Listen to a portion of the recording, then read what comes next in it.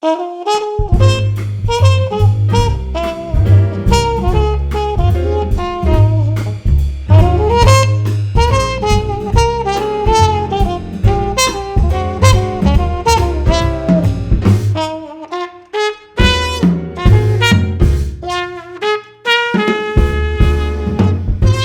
was created by African Americans in this country who were not even looked upon as full human beings by the Constitution.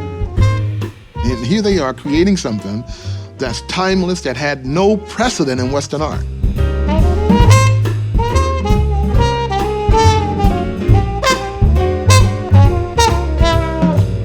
Every night we play with the Count Basie Orchestra, that music is different. We may play the same song, but the solos are different every night. The form is the same, but the improvisations are what is really what makes that music what it is.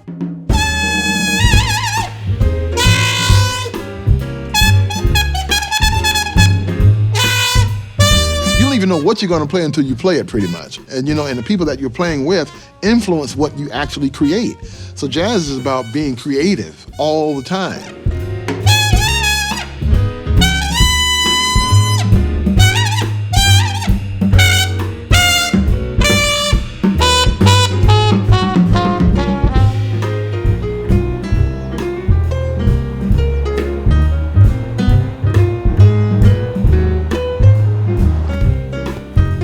Dave Monette knows a lot about jazz because he's the greatest trumpet maker to ever live.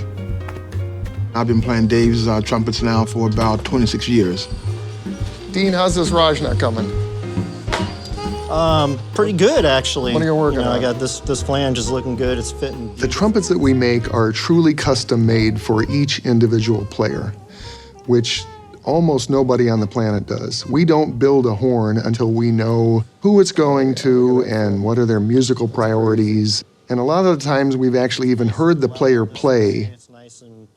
And the trick is listening to someone to do a little time travel and go to the future and hear how they sound when they sound way better than they're currently sounding right now in present time. See what we're doing. And then sit down and talk about what specifics we want to build into the horn that will achieve that sound that we haven't heard in the physical world yet. So it's kind of a fun process. Dave is beginning to build a new trumpet for me, and so I'm here to just play different prototypes of several models he has to see what we're going to do for mine. Nice. Okay. Mm-hmm. Okay.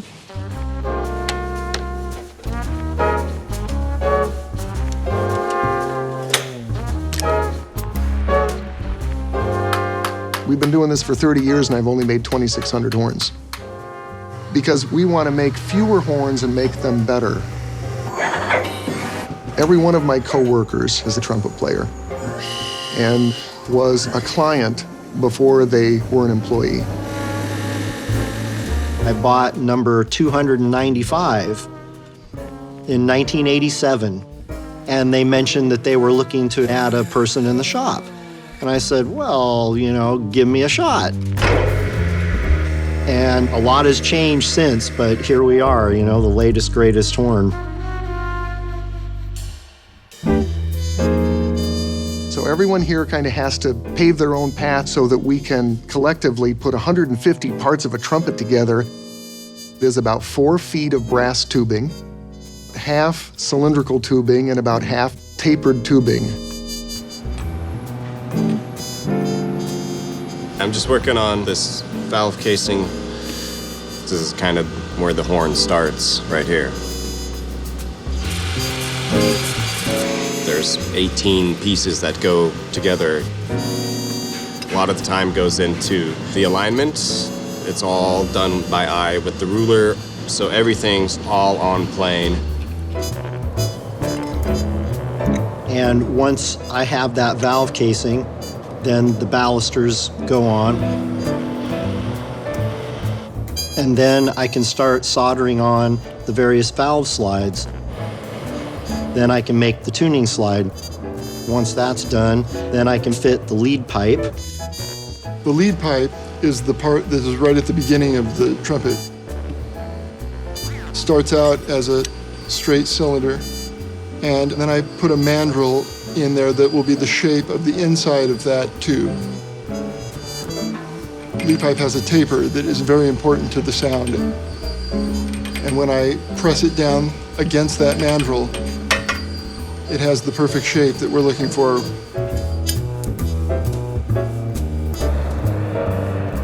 When it's all soldered on, the width is absolutely the same as the tuning slide to within a 1/2,000th of an inch.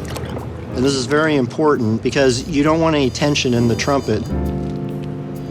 What everyone in the shop does is figure out how to make parts with no tension in the part and so that they fit together with other parts with no tension, which makes the instrument vibrate freely and is more resonant, which gets us down the road to a more successful musical product for the player.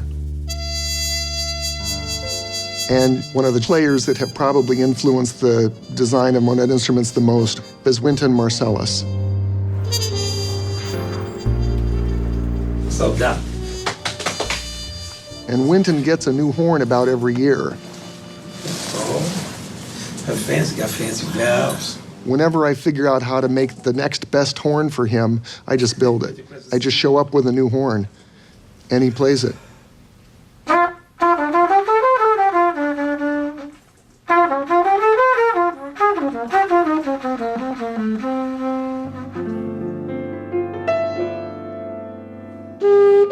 The thing that makes Monet instruments really unique is something we call constant pitch center, which means when you play from soft to loud, the pitch doesn't change. And when you see people playing trumpets on TV or in shows or something, you'll see people manipulating their body and doing all sorts of weird stuff, and they're just compensating for the fact that those instruments, conventional instruments, do not have constant pitch center.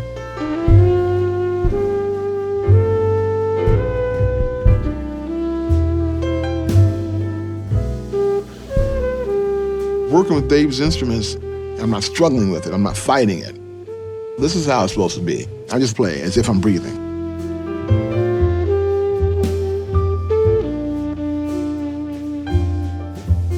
So Scotty, your horn is going to get a bell that's a radical improvement over any bell we've ever had on a B-flat trumpet. Here's the new tooling. Okay. And if you look at the shape of the old mandrel, you can see it's a completely different thing going on here. Yeah. We never designed this mandrel 25 years ago to have a bell as big physically in diameter.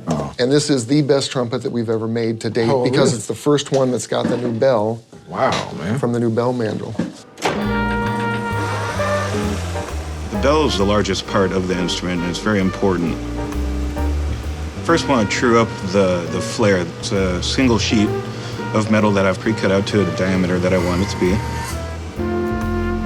And then after I get it to my desired flare, I trim it, and then I can actually attach it to the bell stem. I can push it and kind of form it and get a bell out of it.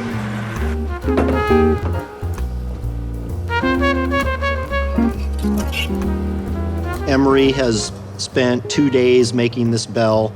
I trim it to the proper length, start fitting it onto the horn. And once the bell is soldered on, I can start fabricating the braces that connect the lead pipe to the bell. Dave's new trumpet for me is called a decorated instrument. It will tell my life story that will be saw-pierced into the design of it. And so I'm here to talk to the designer, Tammy Dean. This is going to be a blast doing this horn for Scotty. Yeah, I'm really excited.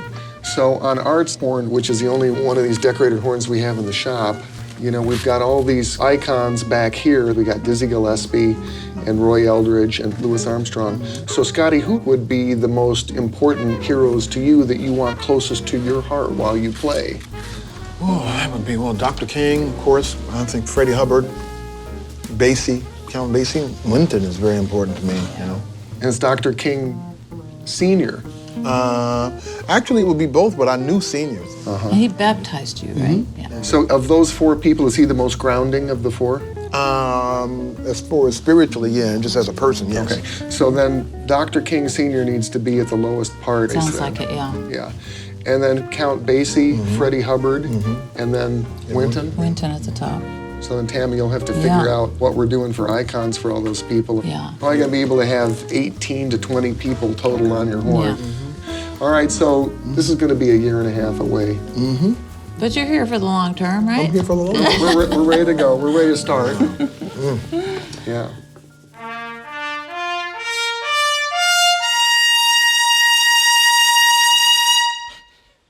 And that's right. not even adjusted yet? Not even final adjusted yet. It's pretty zingy. isn't it? Man. Wow. We know an instrument that's a prototype new design is ready for delivery because we've play tested it and play tested it 60 feet away at the far end of the shop. I think we got it. That winning. projects, I know. Well, we didn't waste our And- time on the new bell mandrel, did we? no.